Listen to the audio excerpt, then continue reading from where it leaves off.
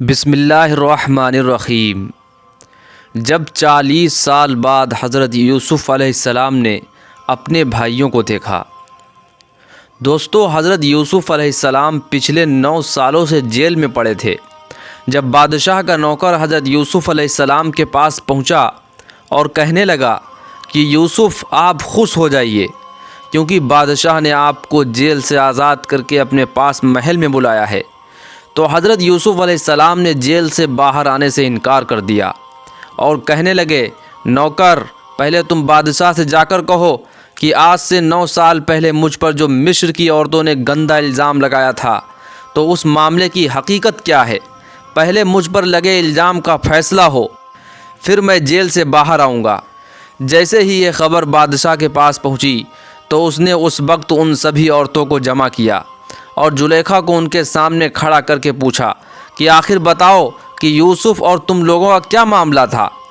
بادشاہ کو سخت اور لوگوں میں بدنامی کو دیکھ کر جب ان عورتوں کو یقین ہو گیا کہ اب جھوٹ بولنے سے کوئی فائدہ نہیں، تو ان سب نے اپنے گناہ کا اقرار کر دیا اور کہنے لگیں کہ بادشاہ سلامت، یوسف بالکل معصوم ہے۔ ہم لوگوں ہی نے جب یوسف کی خوبصورتی دیکھی تو انہیں اپنے ساتھ غلط کام کرنے کی دعوت دی، لیکن انہوں نے ایسا کرنے سے انکار کر دیا، تو ہم سبھی نے سازش کر کے یوسف کو جیل میں ڈلوا دیا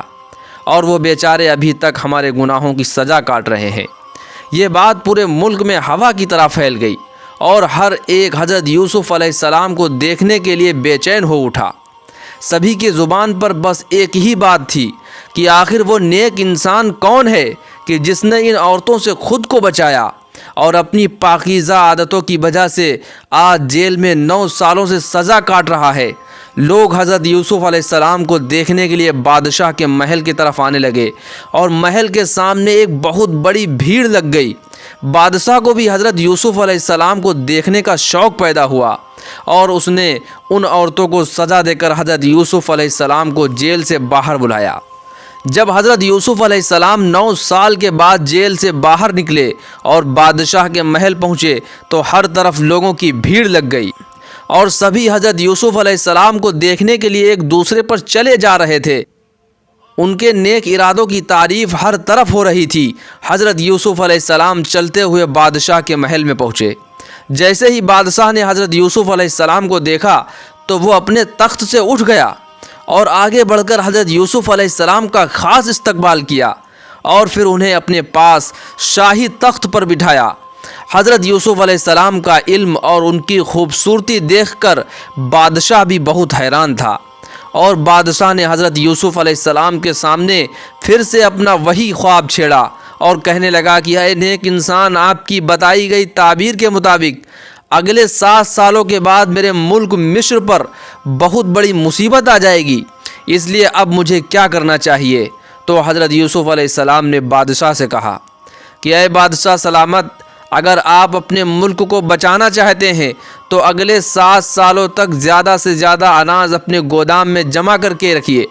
اور لوگوں میں صرف اتنا ہی اناج بانٹیے جتنا کہ انہیں ضرورت ہو۔ باقی بچا ہوا اناج آنے والے اگلے 7 بھوکمری کے سالوں میں لوگوں میں تقسیم کیا جائے۔ یہ سن کر بادشاہ نے سوچا کہ آخر اتنی بڑی ذمہ داری کون سنبھال سکتا ہے؟ یہ تو میرے بس کی بات نہیں ہے۔ اس لیے اس نے حضرت یوسف علیہ السلام سے کہا کہ انسان، میں آپ کو اس بات کا زیادہ حقدار سمجھتا ہوں کہ آپ میرے خاص وزیر بن جائیں۔ تو حضرت یوسف علیہ السلام نے بادشاہ سے کہا کہ اے بادشاہ سلامت، آپ مجھے وزیر نہ بنا کر اپنے ملک کا خزانچی بنا دیجئے، کیونکہ میں امانت دار بھی ہوں اور چیزوں کی پوری حفاظت کرنے والا ہوں۔ بادشاہ کو حضرت یوسف علیہ السلام پر پہلے ہی بھروسہ ہو چکا تھا، اس لیے جیسے ہی حضرت یوسف علیہ السلام نے خزانچی بننے کی فرمائش کی تو بادشاہ نے بنا جھجک فوراً حکم دے دیا کہ آج سے پورے ملک کے خزانچی یوسف رہیں گے، اور اسی وقت حضرت یوسف علیہ السلام کے دستخط لے لیے گئے اور انہیں مصر ملک کا خزانچی بنا دیا گیا۔ شام ہوتے ہوتے حضرت یوسف علیہ السلام کے ہاتھوں میں بادشاہ کے خزانوں کی چابیاں پکڑا دی گئیں۔ حضرت یوسف علیہ السلام نے مصر ملک کے لیے وہی طریقہ اپنایا جو انہوں نے خواب کی تعبیر میں بتایا تھا، اور پھر نوکروں کو حکم دے کر آنے والے 7 سالوں کے لیے اناج اکٹھا کرنا شروع کر دیا اور لوگوں میں صرف اتنا ہی اناج بانٹا جتنا کہ انہیں ضرورت ہو۔ اسی طرح 7 سال گزر گئے۔ 7 سال گزارنے کے بعد حضرت یوسف علیہ السلام کی بتائی گئی تعبیر لوگوں کو سچ ہوتی نظر آنے لگی۔ بارش ہونا بند ہو گئی، کھیتوں میں اناج سوکھنے لگا، ہر طرف سوکھا پڑنے لگا، لوگ پانی اور کھانے کو ترسنے لگے۔ آخر اتنی زیادہ بھوکمری آئی کہ لوگ موت کی کنگار پر پہنچ گئے۔ تو اس وقت حضرت یوسف علیہ السلام نے جمع کیا ہوا اناج لوگوں میں مفت بانٹنا شروع کر دیا اور پورے مصر کو موت کے منہ سے باہر نکال دیا۔ حضرت یوسف علیہ السلام پہلے ہی نبی تھے، اس لیے وہ اپنے ملک اور لوگوں کے ساتھ بہت ہمدرد تھے اور ہر ایک کا بہت زیادہ خیال رکھتے تھے۔ ان کی ایسی ہی اچھی عادتوں کی وجہ سے پورے ملک کے لوگ ان سے بہت زیادہ محبت کرنے لگے تھے، اور مصیبت کے وقت انہوں نے بادشاہ اور ملک کے لوگوں کا جو ساتھ دیا تھا اسے دیکھ کر تو ہر کوئی حیران تھا۔ جب آنے والے 7 سالوں میں ہر طرف سوکھا پڑ گیا اور لوگ اناج و پانی کو ترسنے لگے تو لوگوں میں مشہور ہو گیا کہ مصر کے بادشاہ کا خزانچی اتنا نیک انسان ہے کہ وہ لوگوں میں مفت میں اناج بانٹ رہا ہے۔ یہ سن کر دور دور شہر سے لوگ حضرت یوسف علیہ السلام کے پاس آنے لگے۔ وہ اپنی ضرورت کا اناج و غلہ لے کر اپنے شہر واپس چلے جاتے۔ ادھر حضرت یوسف علیہ السلام کے والد حضرت یعقوب علیہ السلام آج بھی دن رات اپنے لڑکے یوسف کو یاد کرتے تھے اور اکثر ان کی یاد میں رویا کرتے تھے۔ حضرت یوسف علیہ السلام سے جدائی کے پورے 40 سال گزر چکے تھے، لیکن آج بھی یہ بوڑھا باپ اپنے اس چھوٹے سے بچے یوسف کو یاد کر کر کے اکثر رویا کرتا تھا۔ حضرت یوسف علیہ السلام کے والد حضرت یعقوب علیہ السلام اور ان کے لڑکے سب مصر شہر سے دور ایک گاؤں میں رہا کرتے تھے۔ بھوکمری کے دنوں میں اس گاؤں میں بھی اتنا زیادہ سوکھا پڑ گیا کہ لوگ دانے دانے کو ترسنے لگے۔ تو حضرت یعقوب علیہ السلام کو جب اس بات کی خبر ہوئی کہ مصر کے بادشاہ کا خزانچی بہت نیک انسان ہے اور لوگوں میں مفت میں اناج بانٹتا ہے، تو انہوں نے اپنے لڑکوں سے کہا کہ میرے بچوں، تم بھی مصر شہر جاؤ اور وہاں کے اس نیک بادشاہ کے خزانچی سے اپنے لیے کچھ اناج مانگو، مجھے پورا یقین ہے کہ وہ تمہیں اناج ضرور دے دیں گے۔ اس بوڑھے باپ کو نہیں پتہ تھا کہ مصر کے تخت پر بیٹھا ہوا نیک انسان جو لوگوں میں مفت میں اناج بانٹ رہا ہے وہ کوئی اور نہیں بلکہ اسی بوڑھے باپ کا لڑکا حضرت یوسف علیہ السلام ہے، کہ یہ وہی یوسف ہے جو آج سے 40 سال پہلے بھائیوں کی دشمنی کی وجہ سے اپنے والد حضرت یعقوب علیہ السلام سے بچھڑ گئے تھے۔ حضرت یعقوب علیہ السلام بھی نبی تھے، اس لیے اللہ نے حضرت جبریل کے ذریعے انہیں بتا دیا تھا ایک دن تمہارا لڑکا یوسف تمہارے پاس لوٹ کر ضرور آئے گا، تو اس کا انتظار کرنا۔ اللہ کی اس بات پر حضرت یعقوب علیہ السلام کو پورا یقین تھا اور وہ دن رات اپنے لڑکے یوسف کی یاد میں رویا کرتے تھے۔ اسی طرح 40 سال گزر گئے اور اس بوڑھے باپ کو اپنے بچے یوسف کی کوئی خبر نہ ملی۔ آخر وہ وقت بھی آ گیا کہ جب اللہ نے فیصلہ کیا کہ اب اس بوڑھے باپ کو اس کے معصوم بیٹے یوسف سے ملا دینا چاہیے، تو اللہ نے حضرت یعقوب کے دل میں یہ بات ڈالی کہ اپنے جوان لڑکوں سے کہو کہ وہ مصر شہر جائیں اور وہاں کے بادشاہ سے جا کر اناج مانگیں۔ باپ کے کہنے پر حضرت یوسف علیہ السلام کے سارے بھائی مصر شہر کی طرف چل دیے تاکہ وہ بھی بادشاہ سے اپنے لیے کچھ اناج مانگ کر اپنی زندگی بسر کر سکیں۔ یہ سارے بھائی جب مصر شہر پہنچے اور بادشاہ کے محل میں داخل ہوئے تو حضرت یوسف علیہ السلام نے جیسے ہی اپنے بھائیوں کو دیکھا تو وہ فوراً پہچان گئے، لیکن یہ سارے بھائی حضرت یوسف علیہ السلام کو نہ پہچان سکے کیونکہ 40 سال گزر چکے تھے، اور یہ سارے بھائی سمجھتے تھے کہ یوسف تو کب کے اس کنویں میں پڑے پڑے مر چکے ہوں گے، لیکن جس کی حفاظت اللہ کرے اسے دنیا کی کوئی طاقت نہیں مٹا سکتی۔ اب تو ان کا نام و نشان بھی نہیں بچا ہوگا، لیکن انہیں کیا پتا تھا کہ وہی بچہ جسے ہم نے کنویں میں ڈالا تھا آج وہی ہمارے سامنے بادشاہ بنا بیٹھا ہے۔ حضرت یوسف علیہ السلام نے ایک نوکر کو اپنے پاس بلایا اور کہا کہ یہ 9 لوگ جتنا بھی اناج مانگیں انہیں دے دو، اور یہ جو بھی پیسے دے ان کے پیسے انہی کے اناج والی بوری میں رکھ دینا، ان سے کوئی پیسہ نہ لینا۔ یہ سن کر نوکر بھی حیران ہوا، لیکن حضرت یوسف علیہ السلام کے کہنے پر نوکر نے ایسا ہی کیا۔ جب ان 9 بھائیوں کا اناج تیار کر دیا گیا تو حضرت یوسف نے نوکر سے کہا ان سبھی لوگوں کو میرے پاس بھیجو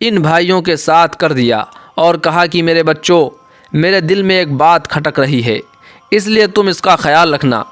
کہ جب تم مصر شہر میں داخل ہونا تو ایک ہی دروازے سے داخل نہ ہونا بلکہ الگ الگ دروازوں سے جانا، کیونکہ اللہ نے تم لوگوں کو خوبصورتی کے ساتھ ساتھ اچھی صحت بھی عطا فرمائی ہے، اس لیے مجھے ڈر ہے کہ کہیں تمہیں دیکھ کر لوگوں کی نظر نہ لگ جائے۔ دوستو، بنیامین حضرت یوسف علیہ السلام کے سگے بھائی تھے اور باقی 9 سوتیلے بھائی دوسری ماں سے تھے۔ پیارے دوستو، اس کے آگے کا واقعہ انشاءاللہ جلد ہی اپلوڈ کیا جائے گا، جس میں یہ بتایا جائے گا کہ بنیامین نے جب اپنے بڑے بھائی حضرت یوسف علیہ السلام کو دیکھا اور حضرت یوسف علیہ السلام کو پہچان لیا تو اس وقت کیا منظر تھا۔ دوستو، قصہ پسند آیا ہو تو لائک اور شیئر ضرور کر دیں۔ اسی طرح کے اسلامک ویڈیوز کے لیے ہمارے چینل کو ضرور سبسکرائب کر لیں۔ السلام علیکم ورحمۃ اللہ وبرکاتہ۔